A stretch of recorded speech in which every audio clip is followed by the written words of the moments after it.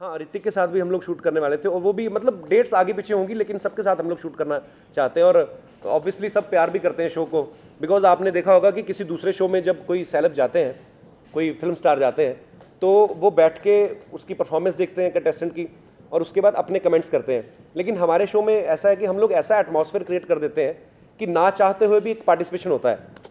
तो मतलब जितना हम लोग पार्टिसिपेशन हमारा रहता है उतना ही स्टार्स का भी रहता है। तो उनको पता भी नहीं होता कि वो एक्ट करके चले गए हैं हमारे सेट पे फ्री में।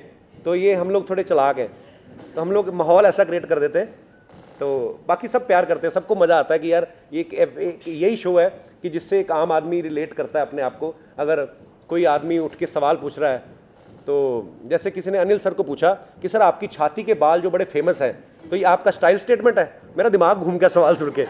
और जिसने पूछा उसके सर पे 4 बाल थे, और मैंने अनिल सर को कहा अपने बाल उतार के भाई साहब को दे दीजिए इसके। तो मतलब अजीब अजीब। अच्छा, आम आदमी फिर बड़ा अच्छे तरीके से रिलेट करता है उस चीज़ को, बिकॉज मैं अगर किसी स्टार से सवाल करूंगा तो मैं अपने फ़नी तरीके से करूंगा, जो मेरा एक नेचर है या जो भी है। एक आम आदमी कुछ भी पूछ सकता है, वो डेमोक्रेसी है हमारे देश में, तो कोई कुछ भी पूछ सकता है। तो स्टार्स को उस चीज़ में भी बड़ा मज़ा आता है। और एक आम आदमी यही सोचता है कि आपने बहुत सारे टॉक शो देखे होंगे, उसमें इंटरव्यू होती जैसे कि आपकी पहली फिल्म कब आई, दूसरी कब आई, तीसरी क्यों आ रही है, चौथी क्यों बना रहे हैं, वैसी टाइप। हमारे शो में आप देखेंगे कि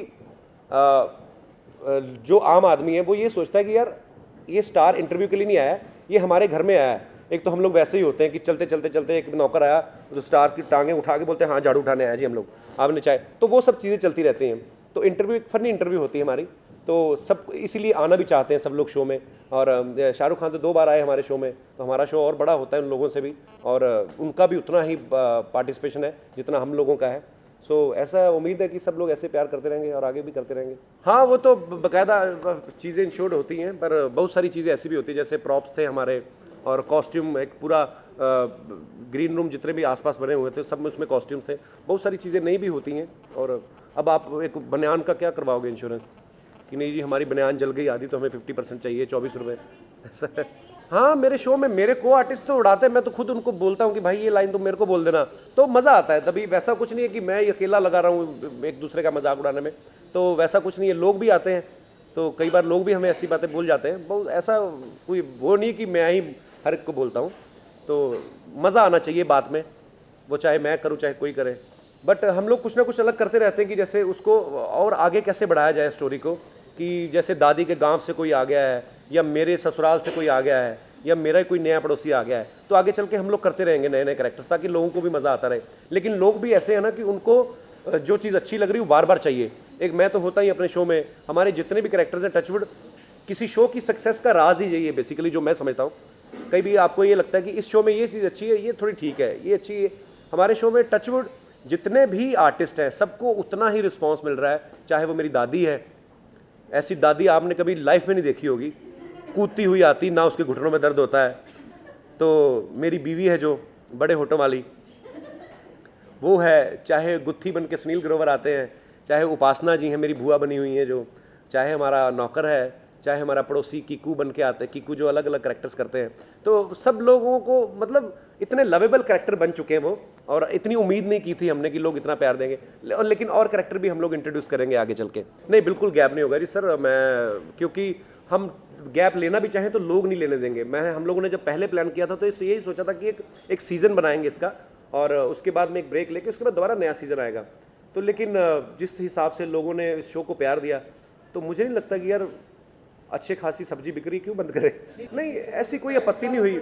जी जी, नहीं, टाइम स्लॉट हो सकता था। ऑलरेडी हमारा शो जो आता है 10 बजे आता है, और लोग उस समय ऑलमोस्ट खाना वाना खा के बैठ चुके होते हैं, सोने की तैयारी में होते हैं।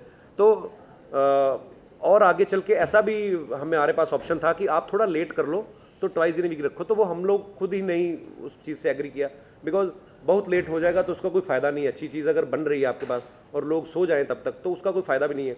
लेकिन ये है कि मैं आपत्ति कोई नहीं, मुझे उल्टा थोड़ा रिलैक्स होगा कि ट्वाइस इन ए वीक से हम लोग वंस इन ए वीक हो गए, तो थोड़ा काम का प्रेशर कम होगा। ये आप देखते हुए 1 घंटे में आता है, शो खत्म हो जाता है, लेकिन उसको बनाने के पीछे जो पूरा हफ्ता मेहनत चलती है। कई बार ऐसा भी होता है कि हमारी स्क्रिप्ट आधी रेडी हुई होती है, हम लोग लेकिन चढ़ जाते हैं भगवान का नाम लेके, तो चल जाता है, बन जाता है कुछ ना कुछ। तो मैंने जो सर्विस टैक्स के ऑफिसर्स थे बड़े स्वीट थे सब लोग, तो जो सवाल जवाब भी कर रहे थे कि हाँ कब आया और कब पेमेंट आया ऐसा, तो मैंने उनसे बड़ा कल मस्ती मजाक ही हुआ उनके साथ भी। मैंने सबको इनवाइट किया है, मैंने कहा आप सब शो में आइए तो आपको अच्छा लगेगा।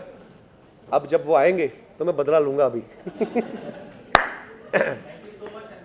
Thank you so much, thank you so much, आप सब लोग आए, शुक्रिया।